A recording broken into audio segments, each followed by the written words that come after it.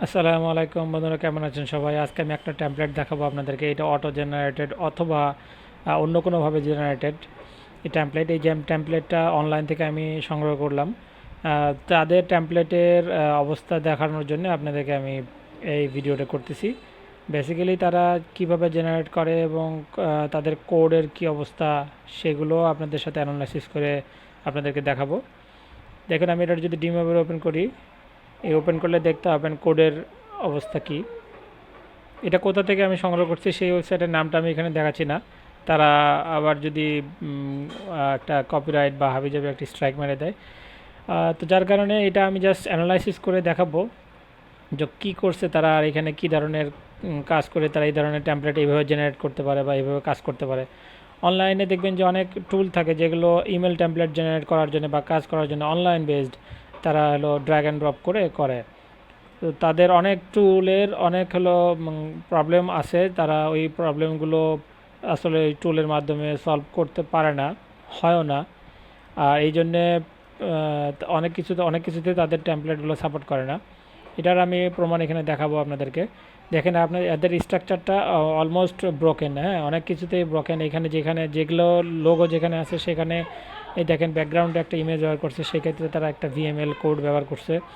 এরকম প্রচুর পরিমাণে তারা ভিএমএল কোড, হ্যাক কোড ব্যবহার করে তারা এটাকে রেন্ডার করছে কোনো মতে, এবং এইটা রেন্ডার হয়েছেও, কিন্তু পারফেক্টলি রেন্ডার হয় না, পারফেক্টলি কাজও করে না। এগুলো সব ব্রোকেন হয়ে আছে, যদিও এখানে ব্রোকেন দেখাচ্ছে, কিন্তু ব্রাউজারে কিন্তু ঠিক দেখাবে, কারণ ব্রাউজার তো এই deep deep tag plus hack কোডগুলো ও ঠিকঠাক মতো ধরে।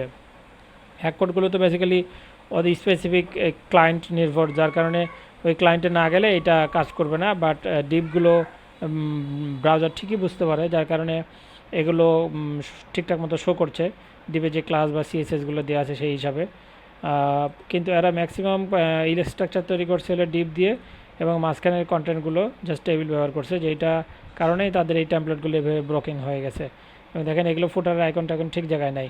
এখন আমরা যদি এটাকে কোনোভাবেই কপি করি, আউটলুকে রাখি, আর আউটলুকে গিয়ে যদি আমরা এটাকে ফেলি, তাহলেই বুঝবেন যে কী অবস্থা। এটা একদম ব্রোকেন, এটা কোনোভাবেই মেল সেন্ড করার উপযুক্ত না। এবং এই ধরনের টেমপ্লেট দিয়ে আপনারা আউটলুক থেকে বা ওএফটি বানাতে পারবেন না, এটা নতুন করে কাজ করতে হবে। ওএফটি অনেক উপকারে আসে, যেটা ধরেন অনেক সময় মেলগুলো তাদের কাছে ইমেজের ফাইল ফোল্ডার অনেক সময় এইচআর এন্ড থেকে বা সিও এন্ড থেকে বা উপর টপ লেভেলের এন্ড থেকে অনেক সময় চায় যে আমাদের হলো একটা খালি ওএফটি ফাইল দাও, যাতে করে আমরা এখান থেকে মেল সেন্ড করতে পারি। তো ওএফটি ফাইল করে দিলে তারা হলো ওই মেলগুলো কোনো ইমেজের ঝামেলা থাকে না, ওই ইমেজ ফোল্ডারের কোনো ঝামেলা থাকে না, তারা জাস্ট খালি ওএফটি ফাইলটা ওপেন করবে মেলের মতো, এবং তারা সেন্ড করে দিতে পারবে। তো এই কারণে এই ধরনের জেনারেটেড টেমপ্লেটগুলো যেগুলো অনলাইনে পাওয়া যায়, এগুলো প্রোডাকশনে পাঠানো মানে রিস্ক। সো এগুলোকে নতুন করে রিবিল্ড করতে হয়। হ্যাঁ, আমরা অনেক কাজ করছি যেগুলোতে প্রোডাকশন তারা জেনারেট করছে অনলাইনে বা তাদের টুল ব্যবহার করে, তারপরে আমাদের কাছে পাঠানো হয়েছে, এবং আমরা সেই ইস্যুগুলো ফিক্স করে তারপরে একটা দাঁড় করায় দিই।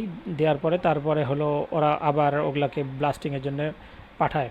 তো এই ধরনের টেমপ্লেট যদি আপনারা করাতে মানে দেখতে চান যে আমি কিভাবে করি, তাহলে আপনারা আমাকে জানান আমাদের এই কমেন্ট বক্সে। তাহলে আমি এই ধরনের টেমপ্লেট, এই কঠিন টেমপ্লেটগুলো একটু কঠিন, একটু ঝামেলা আছে, কারণ এদের এখানে প্রচুর ভিএমএল ইউজ করতে হয়। এবং এই দেখেন, এই ব্যাকগ্রাউন্ডে একটা ইমেজ আছে, এই ইমেজটার এগেনস্টে ইমেজটার উপরে আবার টেক্সট আছে, টেক্সটগুলোকে কিন্তু ইমেজের উপরে রাখতে হয়েছে। সো ইমেল টেমপ্লেট ইমেজের উপরে টেক্সট রাখা, এটা খুব একটা সহজ কাজ না, এটা একটা ভিএমএল বেসড কোড বেজের উপরে করতে হয়। এবং তারপরে এই ধরনের একটা কার্ড সিস্টেমের প্রোডাক্ট বেজ করতে হবে। তারপরে এখানে এটা দেখেন, এই ইমেজটা দেখেন, এটাকে ভিএমএল এর ভিতর না রাখলেও চলবে। হ্যাঁ, কোনটা ভিএমএল এর ভিতর রাখতে হবে, কোনটা না রাখলেও চলবে, সেই বিষয়গুলো আপনারা দেখতে যদি চান তাহলে অবশ্যই জানান, তাহলে আমি এই টেমপ্লেটের উপরে কাজ করবো এবং আপনাদেরকে এই ভিডিওটা দেখাবো। আর এই দেখেন, এইখানে একটা ভিএমএল এর কাজ আছে, সেটা হলো যে এই ব্যাকগ্রাউন্ডে ইমেজ সহ এই পুরো অংশটা একটা ইমেজ, এবং তার উপরে প্রোডাক্ট ইমেজগুলো সোশ্যাল মিডিয়া আইকনগুলো রাখা আছে। তো এই ইয়াটা একটু জটিল আছে, জটিল থাকলেও আপনারা যদি দেখতে চান আমি আপনাদেরকে করে দেখাবো। এবং কিভাবে কোন ইস্যু হলে কিভাবে ফিক্স করতে হয়। এটা ব্রাউজারে ঠিক দেখাচ্ছে, তার মানে এই নয় যে সব কিছুতে ঠিক দেখাবে। ব্রাউজার বেসিক্যালি খুব স্মার্ট অন্যান্য ক্লায়েন্ট বা অন্যান্য ইয়াদগুলো থেকে। হ্যাঁ, যার কারণে ব্রাউজার ঠিকমতো এটা রেন্ডার করতে পারে, দেখাতে পারে। সিএসএস যদি ঠিকঠাক মতো পজিশনিং করা হয় তাহলে ঠিকঠাক মতো সে রেন্ডার করতে পারে।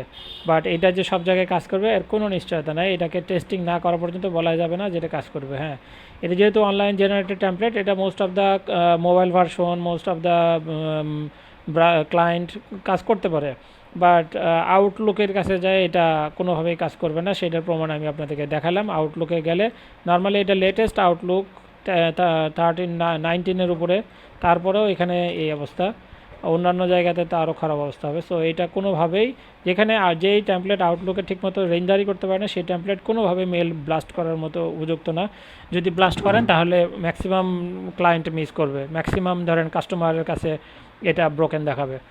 সো এই ছিল আজকের ভিডিওটা। আপনারা যদি এই ধরনের টেমপ্লেট কীভাবে বানাতে হয় সেটা যদি জানতে চান বা দেখতে চান, অবশ্যই কমেন্টে আমাকে জানান। না জানালে আমি এটা আসলে করব না, কারণ এটাতে সময় অপচয় করার কোনো মানে নেই। এর যদি চান তবে আমি করব। এত কঠিন একটা টেমপ্লেট এখনই আপনাদেরকে দেখালে আপনারা হয়তো বা এটা পরে মাথায় খারাপ হয়ে যাবে, বলবো যে না এটা একটা খুব ঝামেলা টেমপ্লেট, এগুলো আমি কাজে যাব না, কাজ শিখবো না। সো আমি চাই না যে এখনই এত কঠিন একটা টেমপ্লেট দেখাতে চাই। বাট যদি কারো রিকোয়েস্ট থাকে বা যদি কেউ চায় যে না এই ধরনের টেমপ্লেট আমরা দেখতে চাই, শিখতে চাই, তাহলে অবশ্যই আমি এটা ডেভেলপ করে দেখাবো আপনাদেরকে। তো ধন্যবাদ। এই পর্যন্ত বন্ধুরা ভালো থাকবেন, আর আমার চ্যানেলটা সাবস্ক্রাইব করতে রাখবেন না। আমি দেখছি যে অনেকে আমার ভিডিওগুলো দেখছে কিন্তু সাবস্ক্রাইব করছে না।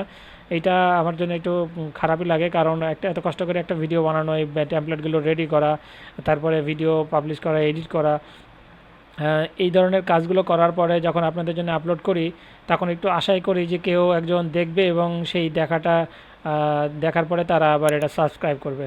তো বন্ধুরা, সাবস্ক্রাইব করতে ভুলবেন না, চ্যানেলটা সাথে থাকবেন। আর যদি শিখতে চান তবে সাবস্ক্রাইব বাটনে চাপ দিয়ে রাখবেন ইনশাল্লাহ।